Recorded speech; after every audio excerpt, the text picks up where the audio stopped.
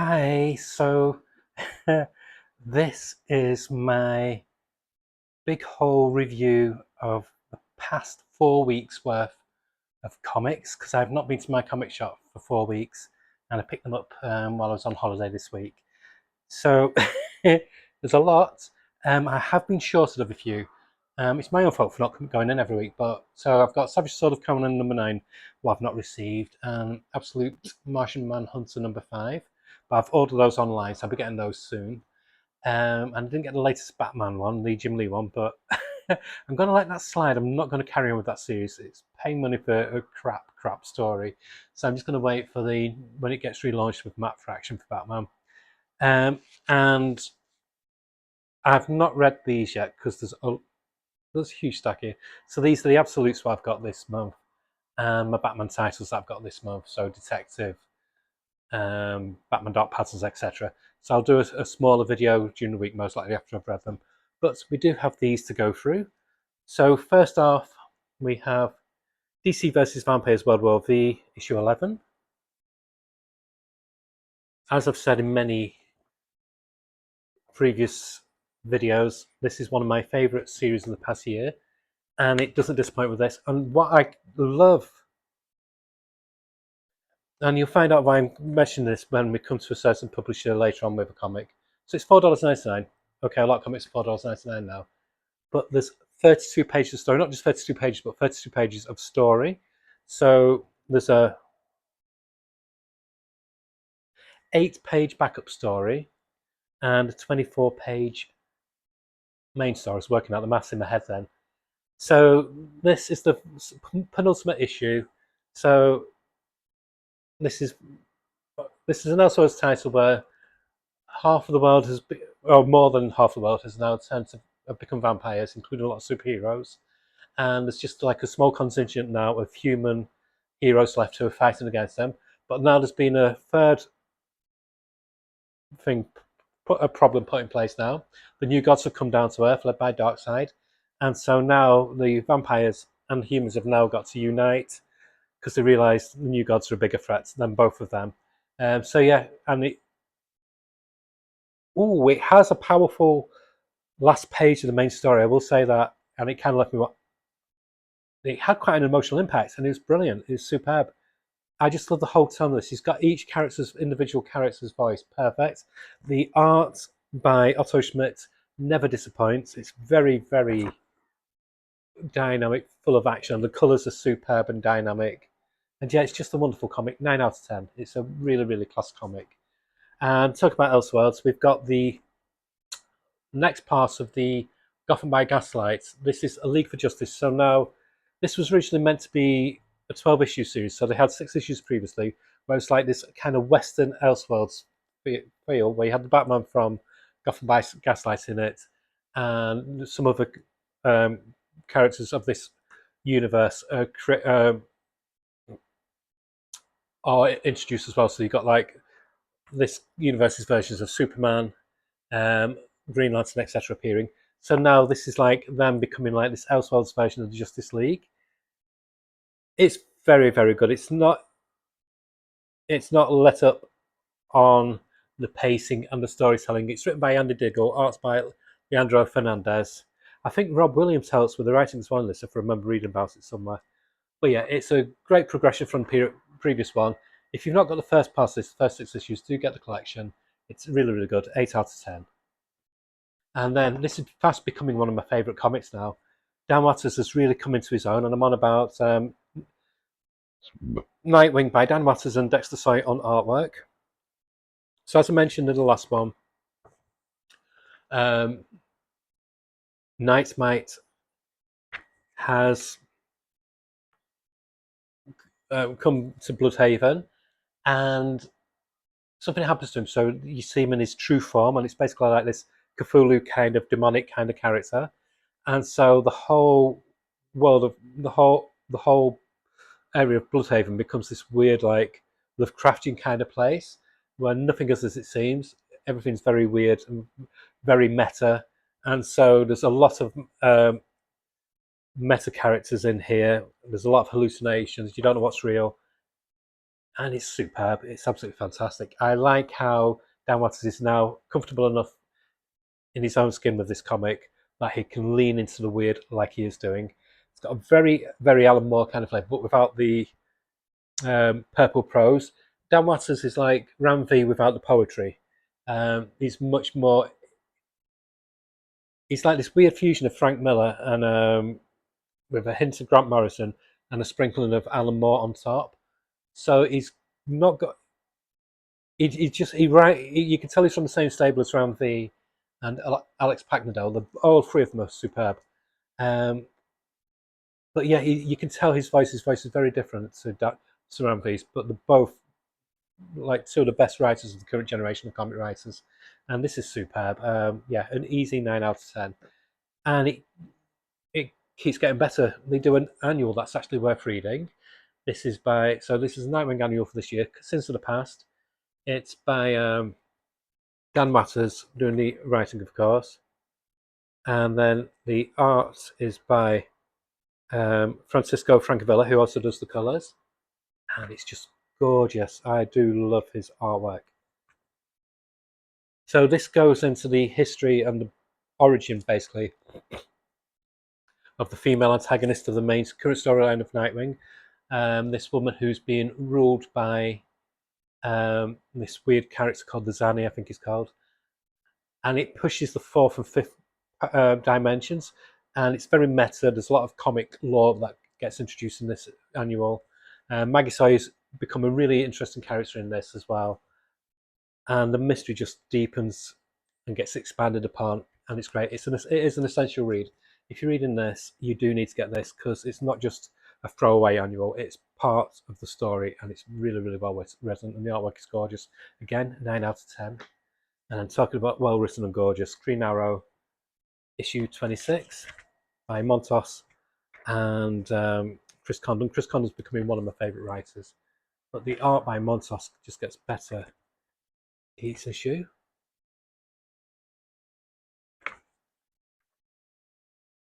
So it's developing on the story from last time, where Roy Harper had this this arrow hit him, and it's laced with all these hallucinatory type of drugs, really deadly drugs, and he slips into a coma. And so, of course, with his background as Speedy, Oliver is concerned that he can't believe this is happening. That he's basically his body's full of drugs and he's overdosed. So this part is of the storyline is them investigating the mystery, and of course Ray Harper's daughter's hit around, and it just slowly unravels a bit of the onion of the story, and it's very, very well written, very well paced, and it's just a really good street level crime book. And again, 9 out of 10. And fuck it, but they've got me again with another Superman comic, Superman Unlimited, issue number 3. I was on the verge like that with issue 2. I liked parts of it, but I didn't like others. So I thought I'll give it another issue to see if it will clinch it for me. This clinched it.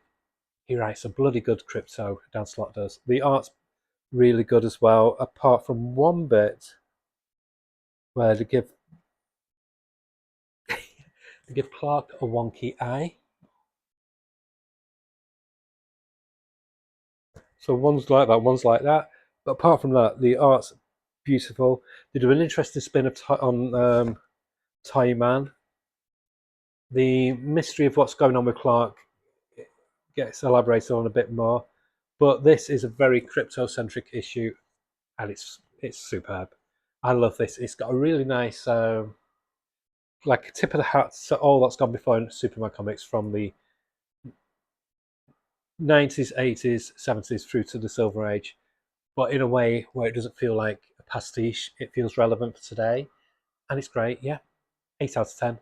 I'm on board for it in the long run. What I like about this as well, the $4.99, but they've done them in a card stock, and the paper stock is even heavier. So they never announced they were going to do that, but it's been like that since the first issue of Superman Unlimited, and it's good. I'm just getting that and Action at the moment. For Superman the regular comic, I'm just getting that in the collect. I'm going to get that in collected format because there's a lot of crossovers in that one.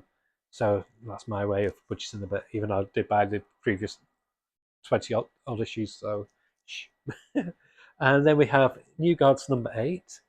Love that cover. So basically now the New Gods have landed on Earth. Very much parallel to refugee status, what's going on across the world basically at the moment. It's just good. It's got rid of some of the high concept. Now that they're on Earth, it's a bit more grounded, and it's more about viewing the New Gods as a big family, as a community, and them interacting with heroes from Earth, and showing that even though they're from a different planet, there's a lot of common bonds that binds them both together. It's a really warm-hearted book issue. This one, really, really good fun. I'm glad that one of the Forever People makes an appearance in this. One of my favourite band of characters, and yeah, just a delight. And the artwork is great. So the art is by Evan Cagle, of course, but then you've got two guest artists, Stefan Morion, who did this page, and Pablo M. Collis. So they do about 3 pages each. But it blends in seamlessly with the art of Evan Cagle. And it's nice because it means that there's not a weird gap where you get a fill-in artist for 2 or 3 issues. It means that Evan Cagle can just focus on the 15 or so pages he does a month. So you get that nice continuity going through it. And yeah, it's a delight again, 8 out of 10. So that's my DC. Like I said, I've still got to read all these yet, so I'll do another video for that. So we'll move on to the other big company, Marvel, and we'll start with my favourite Marvel comic. That's Red Hulk, and this is #6. It just gets better. This is giving me everything that I love of classic Marvel. This is as close as you can get to a love letter of 70s Marvel, where everything went weird. You had really weird, fascinating, quirky characters. You've got Deathlock, Machine Man, Red Hulk, and now you've got Warwolf, which is basically a new version of Man Wolf. I'm happy. All I need now is Paladin to make an appearance, and Wood God, and I'll be sorted. Will be all my 70s childhood favourites being penciled in. It's great. The artwork by Jeff Shaw's great, and the writing by Benjamin Percy is so tight and perfect. Dialogue's great. It just moves along. The only hesitation I've got, I don't trust Marvel. We're on #6 now, and I have a horrible feeling this will finish when the One World Undoing finishes, or it'll just go to 10 issues and that'll be it. And this is why this is now the only Marvel comic I'm going to be getting as a regular ongoing. For how long that lasts for, because I just don't trust Marvel. I'll still get the occasional miniseries, but there's no longevity in them. The only ones that do long runs on are the X-Men titles and a few others. Even Spider-Man now, it gets rebooted. So, yeah. But yeah, I'm enjoying it while I can. So I'm going to give that a 9 out of 10. And then we move on to a disappointment. I thought I'd give you another issue. So it could have just been a glitch with the first one. But this is The World to Come, #2. Artwork is beautiful, but it's $4.99. And this is what I was saying about the comparison to the Elseworlds one. I just want to say as well, the Gotham by Gaslight Elseworlds one, that had 34 story pages in. Not adverts, but 34 story pages for $4.99.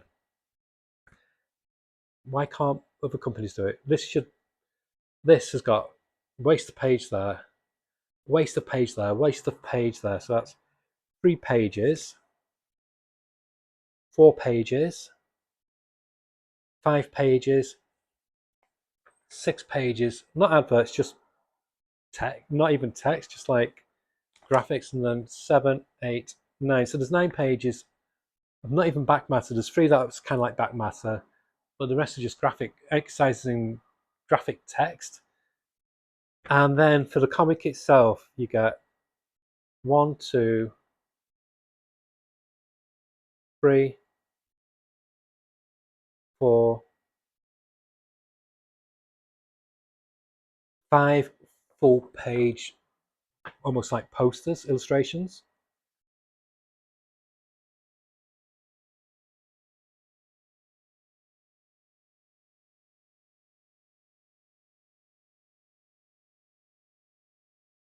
And then, so you get about 15 pages of actual story.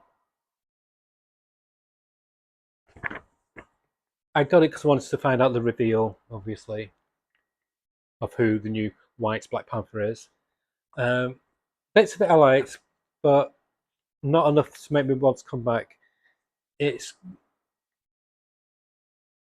two really talented creators who are just doing what they want to do. Well, they need an editor to step in a bit and just to tighten the book up. It's bloated. It's the pacing's crap, and it's unnecessary having all these big poster pages in each issue. When it gets back, I think it's going to be 4 issues, so it'll be about 80 pages of story, if that. And if you take away the big one-page splashes, it'd be about a 40 or 50-page story.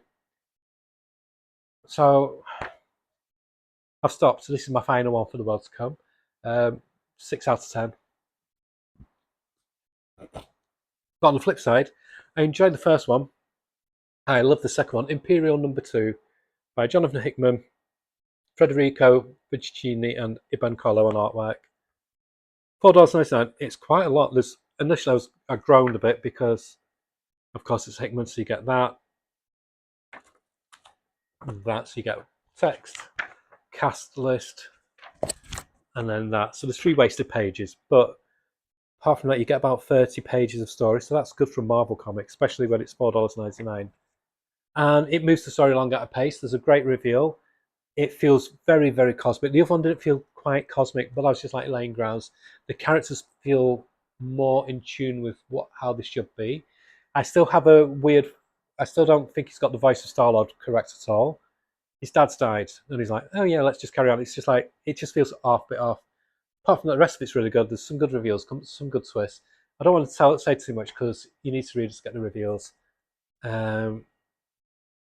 Yeah, it's good. There's a lot of machinations in the background. I just wish that they could have included a few more cosmic things like Silver Surfer and people like that into it as well. I don't like how they've got the Hulk in it. That's not cosmic. I like that the Nova in it. I want more proper cosmic comics because Marvel's got a huge back history of cosmic characters what they could use, and they've not in this. Apart from that, minor gripe. As a comic itself, I'm enjoying it, and I'm going to give it a cautious 8 out of 10.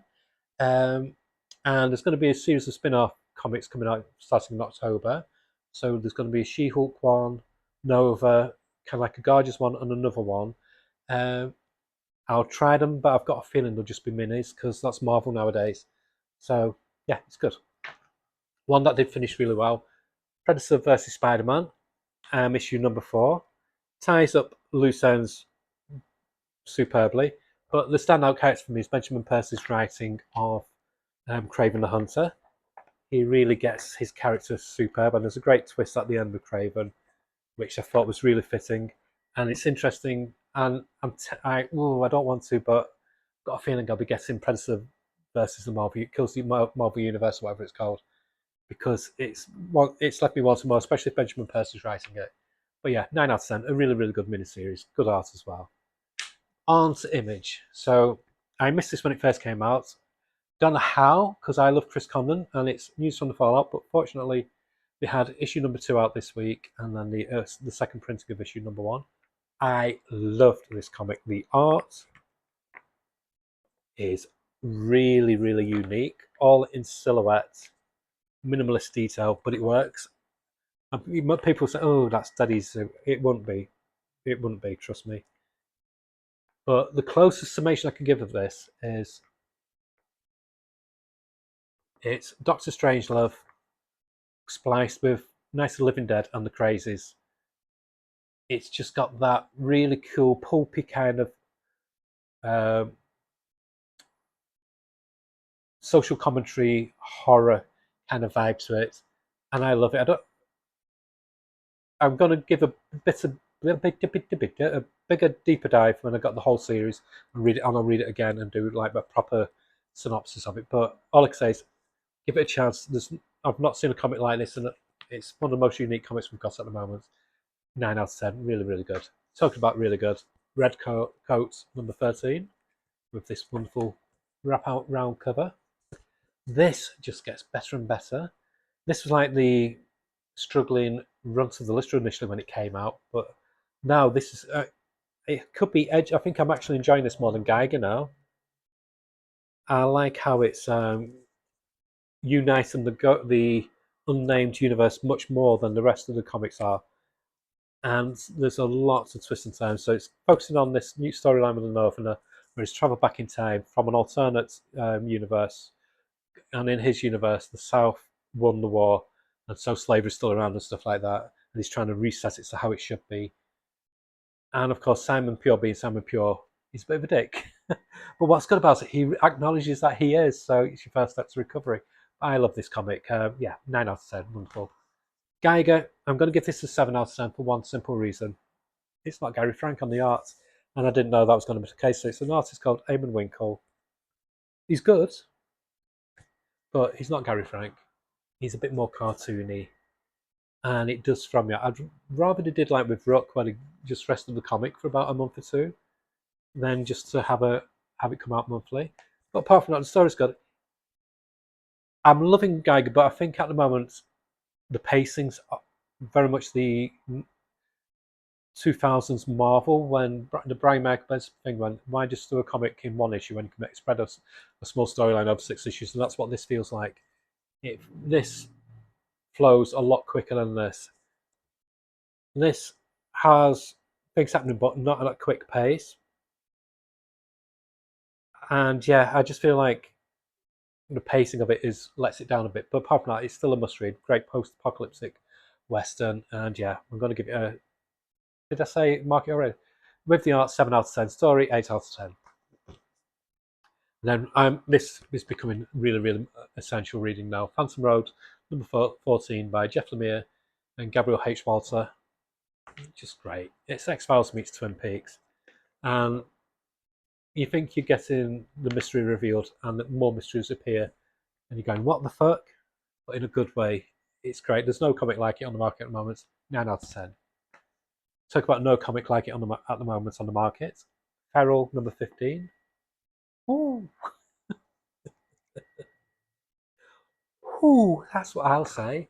Oh,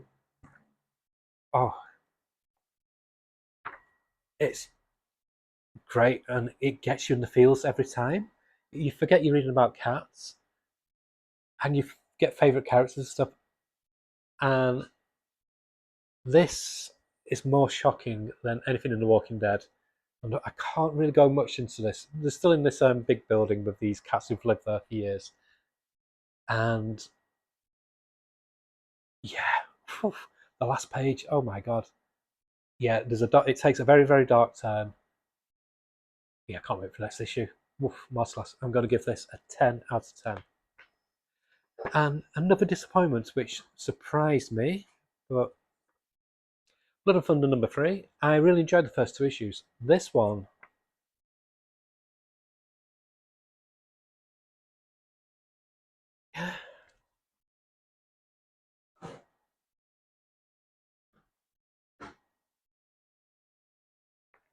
yeah, this one, just,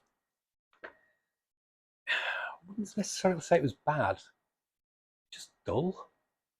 You know when you know you've got a problem with a comic when you count how many pages there's left to read of it. And I did that. I got to like up to about there. Okay, how many more pages have I got? That's not good. So yeah, it's lost me. So I'm stopping it. But I am replacing it with another Image comic. It's one that I missed. I just forgot to add it to my list, so I've back ordered issue 1. So it's Ghost Pepper. I'm going to get Ghost Pepper because I feel like that's going to be more my style. This one, it just felt a bit too derivative of different tropes I've seen in other comics who've done it better. It's by no means bad, but it lost me with this issue. Just average, 5 out of 10. And then this was really fun. G.I. Joe number 9 by Joshua Williamson, Andrew Milana, Layla Ridge on colours. This is great. I don't know G.I. Joe. No history with any of the characters, as I said. But as a fast-paced action comic, I'm loving it. Yeah, I'm all in for it. In for it. Maybe that's why I'm enjoying it more, because I've not got any allegiance to any other G.I. Joe mythos. So yeah, I just enjoy it for what it is. And fast-paced action comic art that I love. Yeah, 8 out of 10. great stuff. This surprised me because I thought I might struggle with this one because it's not written by the regular team of James Tanyan and the art's not by the regular team of Michael Walsh. Instead, it's by Pornsak, Picochet, and James Tanyan's doing like overseeing the writing at the same time, with arts by Valentine Delandro, Michael Walsh overseeing the arts as well. But it flows perfectly smoothly from the previous issue.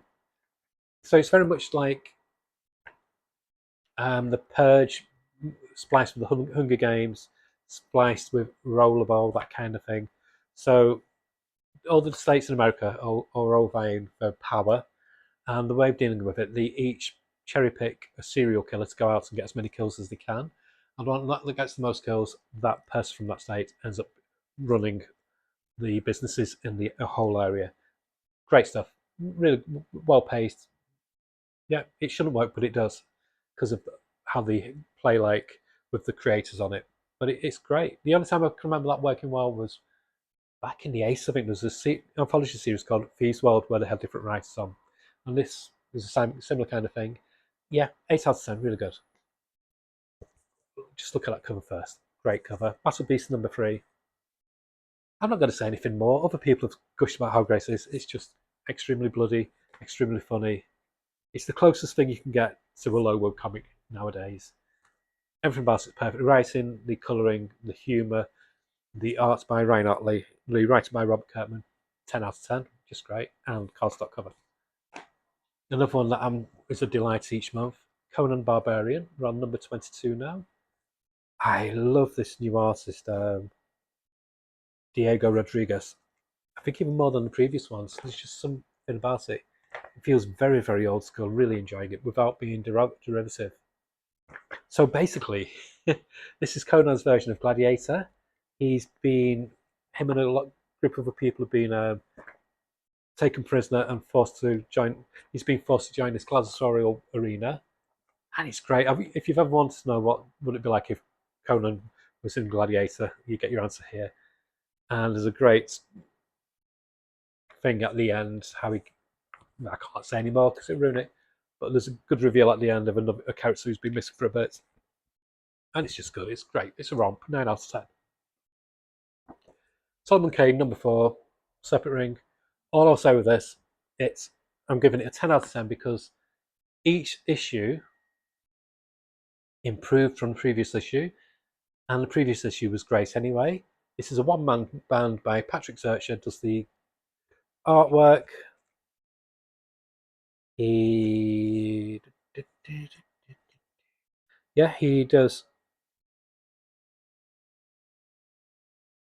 does the art, and he does a lot of the colouring as well. And he does the writing. The only thing he doesn't do is the letters, which is by Richard Starkins and Comic Craft. But it's one of the most beautiful illustrated comics going, and he's no slouch in the writing department either. It's a perfect companion piece to Conan. He does a very honourable service to another of Robert E. Howard's creations, and it's a perfect end to a perfect series. Yes, so 10 out of 10. And then we come to another big hitter, Planet Earth #1.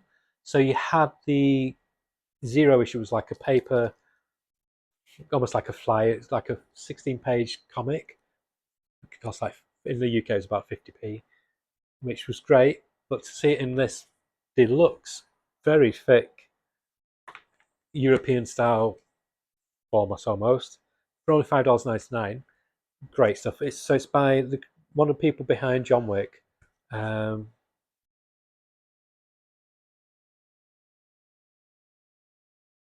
That's Derek Kolstad, and then you've got Robert Vendetti helping on the dialogue, etc. And art's by Thomas Gurello with Sunny Goat on colours. The art, first of all, very, very heavy metal. It really wouldn't be else place in that. It's sci-fi for grown-ups. And this issue is basically set up. It's just about them being dispatched and then trying to survive landing on another planet. And not all of them make it. And normally I'd be going, why are you doing that over like a 40-page story or whatever? But it works. It keeps you entertained. It keeps you enthralled. It's good. It's like I said, it's sci-fi for grown-ups, but it's fast-paced. Even though, like I said, it's just like the initial setting of the first act of the story, and that's just good storytelling. And the art is some of the most beautiful art I've seen. I'm in it. If this is what Bad Eddie is going to be releasing, sign me up. Uh, this gives me so much pleasure compared to a lot of other stuff. Yeah, 10 out of 10, wonderful stuff. One that did give me pleasure, and even more when I found it in a pound bin, because I never saw this appear in my local shop. I've now, next issue comes out in October, so I've put it on my list now. Robo Wolf, issue 1 by Jake Smith. He did a Godzilla series a while ago, which looked really good, but I did get this for the artists. It reminds me of like the old canon canon films in the 80s, these series of like post-apocalyptic stories and punky kind of sci-fi stories where everything was really, really vibrant and badly acted, OCT. And this is what this is like. The dialogue's atrocious, but intentionally so. The violence is over the top, very trauma-like. It's just great. It's got a very underground vibe to it. If you're an 80s, 90s kid, you'll get a vibe. You'll buzz off this. And yeah, I don't want to tell you the story. I want you to hunt this down and find it for yourself. You will not be disappointed. I just want to look.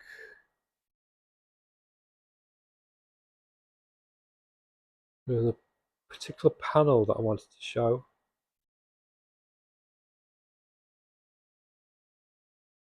That was it. I mean, what more do you want? Extreme ultraviolence in day glow colours, superb. So yeah, it's a comic about a robo wolf with his gang of friends, um, and he's got to get so much money to pay off this person who's kidnapped his daughter. That's all you need to know. It's a blast. 8 out of 10, really wonderful. Another one that was a pleasant surprise, and I got the alternate cover. Red Shirts #1 by Christopher Cantwell on writing, Megan Levens on art. So it's focusing on the red shirts. It's called Red Shirts. Focusing on the red shirts. That's the security branch on in Star Trek, and they're the ones who never red shirts notoriously known for never making it out, never making it back alive, and they play on that a lot in this comic. It's great fun. Even if you're not a Star Trek fan, you'll get a lot from this. It's got a lot of dark humour in it. It's got great dialogue, good solid art. Yeah, 7 out of 10. Really enjoyed it. Giving it 7 because I want to see it improve with the next issue, and I thought I'd give it a try. Um, it's the first issue of the relaunch of Godzilla. So they're doing what is called Godzilla Kaisei, I think, and it's going to be a universe where it's 3 books. So this is the first one, which is the Godzilla centric one. Then there's one focusing on Godzilla in a post-apocalyptic land where there's this human Godzilla kaiju hybrid, and then there's another one where it's more like a mecha Godzilla, so that'd be more like space fights, etc. So this is written by Tim Seeley, and the art. Just look at that art, by the way. Really, really good.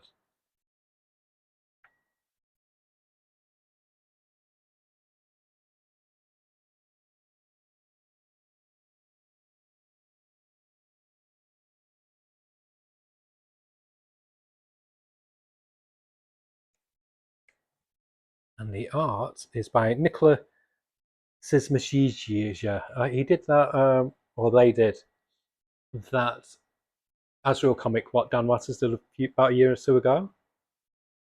It's just wonderful. It's really, really good dynamic artwork. It's a fun, fast-paced story. It introduces you to this team who are like basically Godzilla busters, and it just sets the landscape for how this universe will operate, and it's great. This made me stop. I've stopped quite a number of different Marvel comics just to make. I want something a bit fresher. This feels fresh, feels fun, feels vibrant. 8 out of 10. Really enjoyed it. Great stuff. And one that I'd read the first episode or 2 episodes in Hello Darkness, but it's now been brought on this really nice, quite thick cardstock cover version, The War by Garth Ennis, Becky Cloonan. That was the only strip I enjoyed from Hello Darkness. So when I saw this coming out, I thought, I'll get it. So I could finish off the story. Yeah, it's good. I've got a feeling it's going to be quite emotionally devastating. it gives a very much a real life perspective of what it'd be like now if war erupted today. Wow, this is some of Garth Ennis's most mature grown-up writing. The art's by Becky Cloonan is subdued but impactful when it needs to be. It's a great anti-war comic. It's absolutely fantastic. 10 out of 10. So apart from a few disappointments, it's been a good month's haul basically. Um, yeah, well, you know, I just I love that, and my policy is, and I think that's why I don't want to I don't want to be a negative reader. So if I don't enjoy something, or if I'm giving it another chance for one extra issue and it's still not doing anything, or if I'm disappointed by a comic in in an issue, I'll stop it. I won't get rid of it. I'll just rest it. Might come back to it, might not. And that's what I've done with a few of these, like the Blood and Thunder one. It disappointed Big Star this issue. I know other people enjoyed it, but for me it just felt dull. So I'll just rest it, I'll just stop it and get something else. But yeah, so there we go. One thing I did want to mention, in my holidays this week, I found precious metal 2 to 6 for £1 each. I've not got number one. This is an emergency call. If anybody knows where I can get issue 1, precious metal, let me know, because I want to read this, especially if it's going for cheap or free. Okay, thanks. Bye.